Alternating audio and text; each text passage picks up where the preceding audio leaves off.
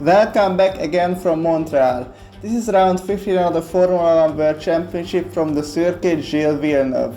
The last Canadian Grand Prix was very good. We had lots of battles going on, especially for Aki and Sanchez fought so hard for the victory, where Aki won in the end, and also for the last podium spot there were some really good battles between Farago and Campos and Lasagna.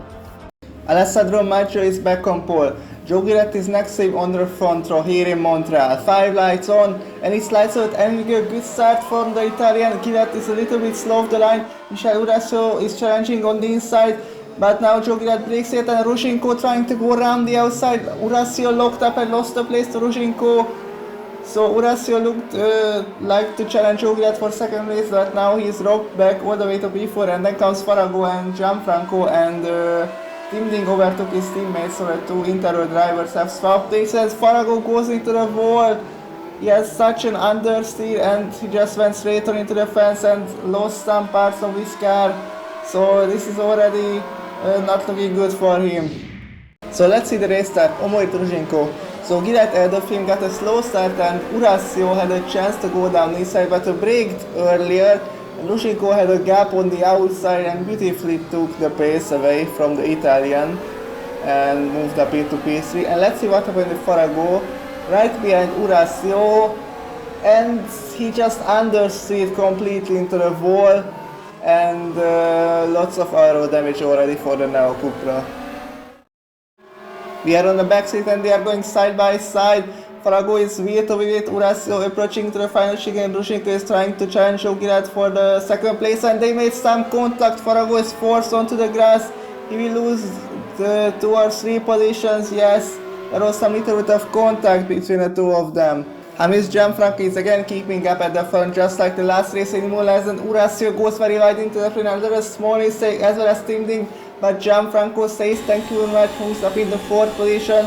But now let's combo with Michel Urasso, gets a nice 6 behind the crowd racing navigate, is so much faster on the street. Let's see, gets the inside and surely is gonna stand it into the chicane. Oh, there was some contact, Gianfranco had to cut across the chicane. Now this could allow Tim Ding as well, so he could lose 2 positions right there and he did. So Urasso back to P4. Gianfranco is now desperately trying to get past Tim Ding because he's losing so much time behind him. And oh, this is so close into the last chicane, but they are really slow. Urasso has escaped in front of them. But let's see, last up earlier he overtook Urasso in that section. Tim Ding again messed up the corner and Gianfranco on the inside. There was some small contact between the two of them, but Gianfranco retakes the position. But let's go with Tim Ding because he's gonna fight back to him. Just like Urasso a couple of laps earlier, gets the inside line. But now this time Gianfranco holds the place on the outside, yet he was very slow at the apex and Tim Ding went to the back of him. This could allow Farago to join the fight as well. They are going almost 3 wide into the first chicane. Let's say Gianfranco holds the place ahead of Tim Ding and he couldn't fight back there. We are a lap 10 and Urasso successfully caught back to Rushenko. He looked much faster during the last few laps. And now it's an opportunity in turn 1. He's closing onto the Alpha team. Full signs within the turn 1. Is he gonna make it stick? Yes, Michel Urasso is back up into PC where he started. But on the back seat now he has to defend from Rushenko. Let's go with the Alpha team driver. Gets a really nice system. Urasso goes into the defensive mode. Rushenko on the outside there is no chance for him, but he will have another opportunity. He's getting really close. He's closer than Urasso was lap before. Gets the DRS open. Is he gonna repeat the same move just with the reverse order? And yes, Rushenko retakes the 3rd position ahead of Michel Urasso. So this could be a very interesting battle for a last podium slot between these two.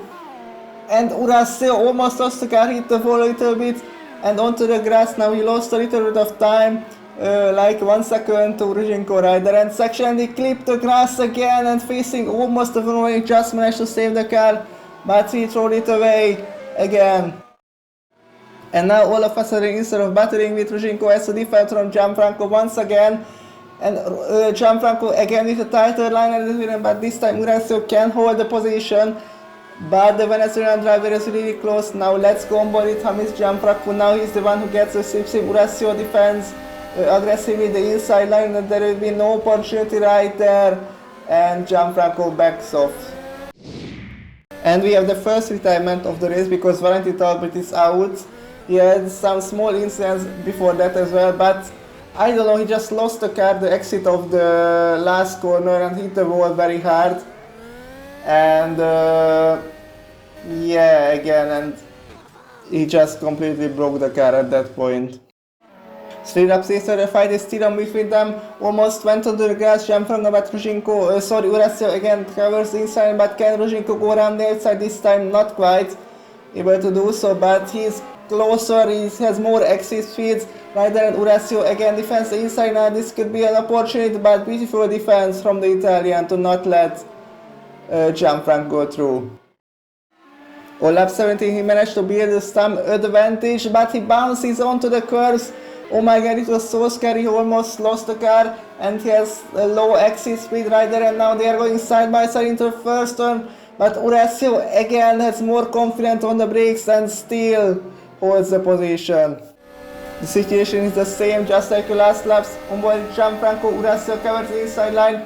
Now this could be an opportunity. They are going side by side and trying to force his way past, but it won't work right there, and Urasio holds the place. They both were super aggressive, and he defended the position. Joe Gillett is already making his first pit stop right now, but he's joining him back to P5, but he's not that far away from these two. They are slowing each other so much right there, and Ruzhenko can escape, and what is going on? Urasio almost lost the car again. Gianfranco is giving back the position now. I wonder if there was some small contact between the two of them.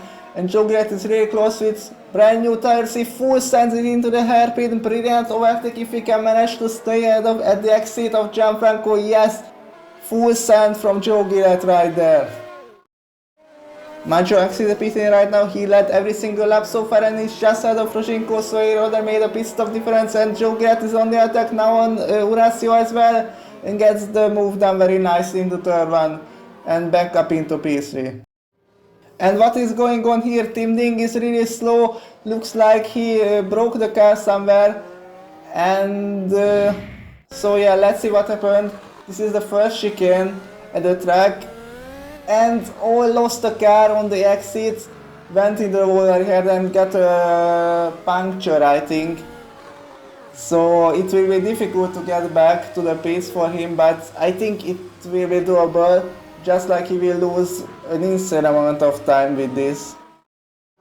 We are on lap 33, and Urasio slowly trying to catch back to Ruzhenko to challenge for him for the last podium spot, but Gianfranco has dropped up massively from Urasio behind. And we have a replay of him because he might be out of the race. So that's really interesting. He is going into the pit lane again for the second time. And let's see what happened right there. He stopped at the first garage. I don't know. And Ono Farago as well having some serious issues. Yeah, the whole car is broken. Can't even turn the car on the grass. And it's the first sector, so it's even worse than Tim Ding what had to do. So let's see what happened over in the final corner. Oh, he hit the wall of champions right there and hit the left side as well and got a double puncture right there, I think. So we surely dropped back to the back, but I don't know if it's possible to get back to the pits from that. And Alessandro Maggio slowly approaching to the checkered flag. Now he missed the last race in Imola, but he returns in a dominant fashion, led every single lap, and Maggio wins the Canadian Grand Prix with a Grand Slam. Brilliant victory by the Italian, showing again why he is the best this season. And can Urasio fight back to Ruzhenko for the last podium spot? Now he's a little bit too far back, and Joe Gillett secures second position right there. Urasio just holds on for the last podium spot ahead of Urasio, who made several mistakes which denied him. And if there were 1 or 2 more laps, he could have overtaken Ruzhenko there. So let's look at the race results from the Canadian Grand Prix. Maggio won by over half a minute ahead of Joe Gillett, and Ruzhenko completes the podium. And Tim Ding, he was lucky to finish 5th because both Farago crashed and Gianfranco has quit. did for some reason, and Talbot failed to finish the race. And now let's look at the driver standings. It's really exciting because with that victory, Macho overtook the lead from Joe Kellett. There is only 1 point difference between them, so it's really very close fight towards the end of the season. And lastly, let's look at the constructors standing, because Team Italy Esports has been crowned champions with 2 races left, because they are all over 100 points in the lead ahead of Prix 221. And there is a huge battle going on for 6 between the Cupra and Interworld.